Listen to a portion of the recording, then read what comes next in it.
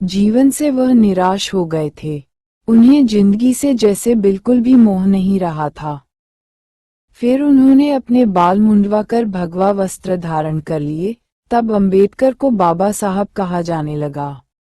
काफी दिनों तक वे उदासी में डूबे रहे। फिर उनका ध्यान अछूतों की ओर जाने लगा। इस दौरान अंबेडकर के पास कितने निमंत्रण आए, लेकिन वह किसी सभा में नहीं गए। इसी तरह दिन बीतने लगे। लोग सोच रहे थे अगर यही हालत रही तो वह दिन दूर नहीं जब अंबेडकर राजनीति से संन्यास ले लेंगे। मेवाला कॉन्फ्रेंस में अंबेडकर। मेवाला कॉन्फ्रेंस का शुभारंभ होने जा रहा था। इसमें भीमराव अंबेडकर को भी आमंत्रित किया गया था। रामाबाई के निधन के बाद ये पहला मौका था जो वे किसी भी सभा में जा रहे थे। उसमें वह इसलिए जा रहे थे क्योंकि वहां जाना बहुत जरूरी था। वे सभा में आ गए। उनके पहुंचते ही नारे बुलंद होने लगे। डॉक्टर अंबेडकर जिंदाबाद, गरीबों के मसीहा अंबेडकर जिंदाबाद। वहां तालियां बजाई गईं। भीमराव अंबेडकर को अध्यक्ष का पद दिया गया। फिर बोलने के लिए अंबेडकर मंच पर पहुंचे।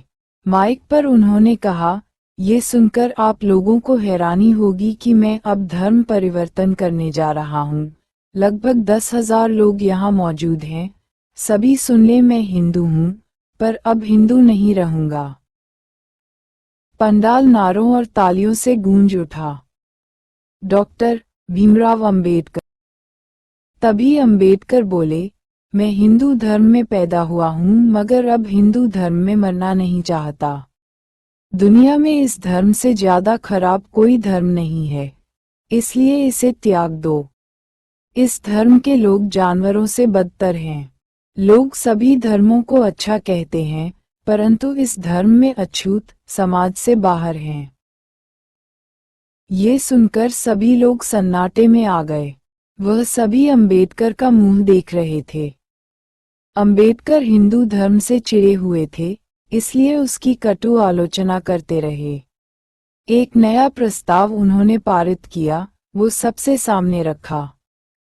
प्रस्ताव इस प्रकार था कि समानता और स्वतंत्रता प्राप्त करने का एक तरीका है धर्म परिवर्तन। अंबेडकर का कहना था, ये सम्मेलन पूरी तरह याद रखा जाएगा कि भारत के पूरे महार धर्म परिवर्तन के लिए पूरी तरह तैयार हैं। अंबेडकर ने ये भी कहा, महार जाति को चाहिए कि हिंदू त्योहारों को वह मनाना बंद कर दें। मंदिरों में भी न जाएं, देवी देवताओं की पूजा भी न करें। जहां सम्मान न हो, उस धर्म को त्याग दें। सभा के लोग हैरान थे। उनकी समझ में नहीं आ रहा था कि आज अंबेडकर को हुआ क्या है। हिंदू धर्म के ठेकेदारों ने जब ये सुना तो उन्हें बहुत बुरा लगा। उनकी धर्म की आलोचना हो रही थी। हिंदू धर्म क्या इतना ज्यादा खराब है? सभी लोग जानते थे कि अंबेडकर से तर्क करना अपने लिए आफत मोल लेना था।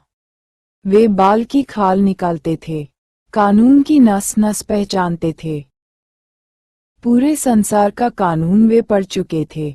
वे एक योग्य बैरिस्टर थे, अनुभवी नेता थे। इसके साथ साथ वो एक देशभक्त और एक समाज सुधारक भी थे। सभा समाप्त होने के बाद वह अपने घर आ गए थे। अब उनके मन को शांति मिली थी। वे सोचने लगे कि किसी भी सभा में अब जल्दी नहीं जाएंगे। कुछ समय गुजर जाने के बाद चर्चा उड़ी कि अंबेडकर राजनीति से संन्यास ले रहे हैं। उनकी पत्नी तो इस दुनिया को छोड़कर जा ही चुकी थी। कॉलेज में प्रिंसिपल का पद वह बखूबी संभाल रहे थे। सुनने में आया था कि उन्हें हाईकोर्ट से जज बनाया जा रहा है। उसी समय परिवर्तन धर्म की चर्चा फैल गई थी। सब लोग ये सुनकर हैरान रह गए थे। वह उस समय बदायूं में होने वाली मुस्लिम कॉन्फ्रेंस में भी शामिल हुए थे। उधर ईसाई लोग उनका इंतजार कर रहे थे कि अंबेडकर ईसाई बन जाएंगे तो उनके समर्थक लोग यही धर्म अपना लेंगे। उधर लोग उनके बौद्ध धर्म स्वीकार करने की भी चर्चा कर रहे थे। सिख धर्म की तरफ से भी उन्हें दावत दी गई थी। अंबेडकर का कहना था, धर्म कोई घर या घड़ी तो नहीं है जो दूसरों की इच्छा से बदला जा सके। डॉक्टर अंबेडकर ने अपने आप को धर्म परिवर्तन के लिए पूरी तरह से तैयार कर लिया था।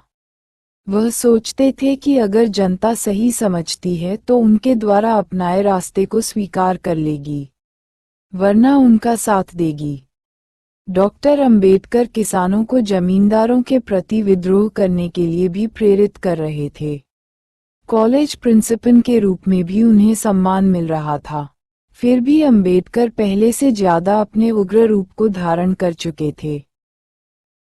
12 जनवरी 1936 को पूना में होने वाली कॉन्फ्रेंस में उन्होंने फिर छुआछूत से घिरे लोगों को सलाह दी कि जरूरी नहीं वो धर्म परिवर्तन करें, लेकिन वे नए हालात पैदा कर सकते हैं जो एक प्रकार नए धर्म को जन्म देंगे। उन्होंने समता और भ्रातृत्व भावना पर बहुत ज्यादा जोर दिया। उन्होंने स्पष्ट कहा कि धर्म परिवर्तन का मतलब यह नहीं होता कि धर्म बदलते ही वह व्यक्ति नवाब बन जाएगा। इंसान चाहे जहां भी चला जाए, उसे अपने सम्मान को पाने के लिए संघर्ष तो करना ही पड़ता है। वह किसी काम में जल्दबाजी नहीं करते थे। धर्म परिवर्तन का सवाल हिंदू धर्म के भाग्य से जुड़ा हुआ था और फिर हिंदू धर्म पर कोई सवर्ण जाति का ठेका तो नहीं है। उसमें रहकर भी संघर्ष किया जा सकता है। डॉक्टर, ये सबसे ज्यादा संकट का समय था। सबकी नजरें अंबेडकर पर ही टिकी थीं। पूरी जनता उनके फैसले से प्रभावित थी। यूथ कॉन्फ्रेंस में भी इनके विचारों पर बल दिया गया। जनवरी सन 1936 में जाति पांति तोड़क मंडलिक लाहौर वार्षिक अधिवेशन पर डॉक्टर अंबेडकर ने भाषण तैयार किया। जाति विरोधी नेताओं ने अंबेडकर से इस सम्मेलन की अध्यक्षता करने की भी प्रार्थना की थी। 15 मार्च सन 1936 को थिएट्रिकल कंपनी के जरिए बम्बई थिएटर बम्बई में अंबेडकर का सम्मान किया गया। 13 और 14 अप्रैल को doctor Ambedkar Sikh missions conference के लिए अमृतसर पहुंचे। 2 दिन तक वहां रहे। वहां दलित वर्ग के लोग काफी संख्या में मौजूद थे। गांधी कैंप में डॉक्टर अंबेडकर को लेकर नई गतिविधियां चल रही थीं, जिसके का उनका निश्चित किया गया कार्यक्रम अस्त व्यस्त हो गया। सैगांव में डॉक्टर अंबेडकर गांधी जी से मिले, लेकिन समस्या का समाधान संभव नहीं हो पाया।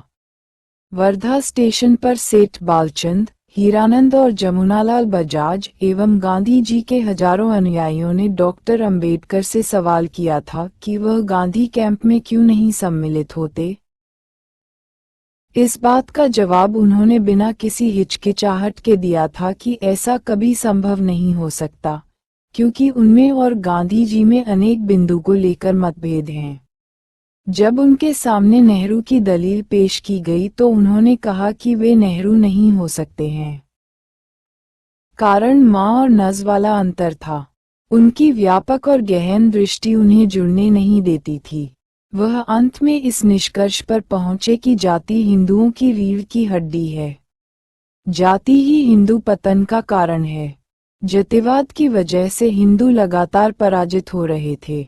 इसी कारण ही हिंदू भारत को बीमार इंसान घोषित कर दिया गया था।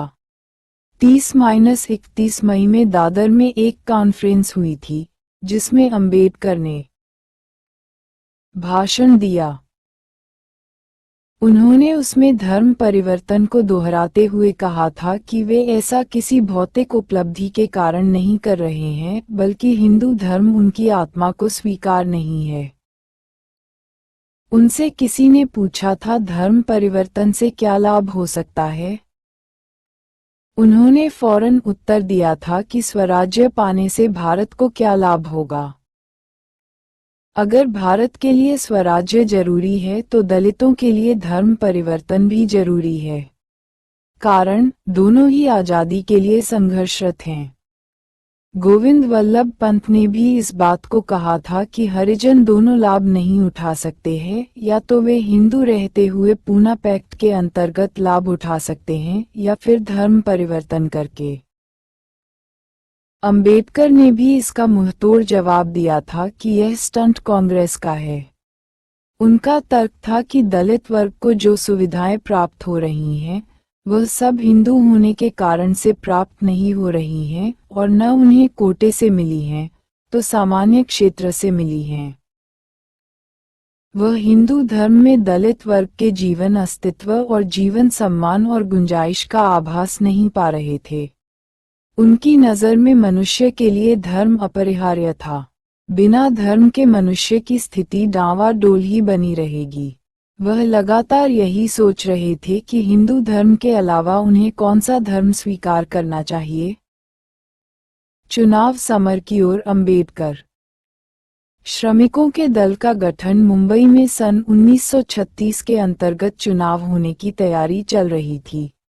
अंबेडकर की इच्छा थी कि इन निर्वाचनों में ज्यादा से ज्यादा जगहों पर अधिकार जमाकर कुर्सियों को हथियाया जाए। महार संगठन अथवा अछूत पार्टी के नाम से कोई पार्टी गठित करके अधिक जगह पाने की संभावना शायद उनकी नहीं थी।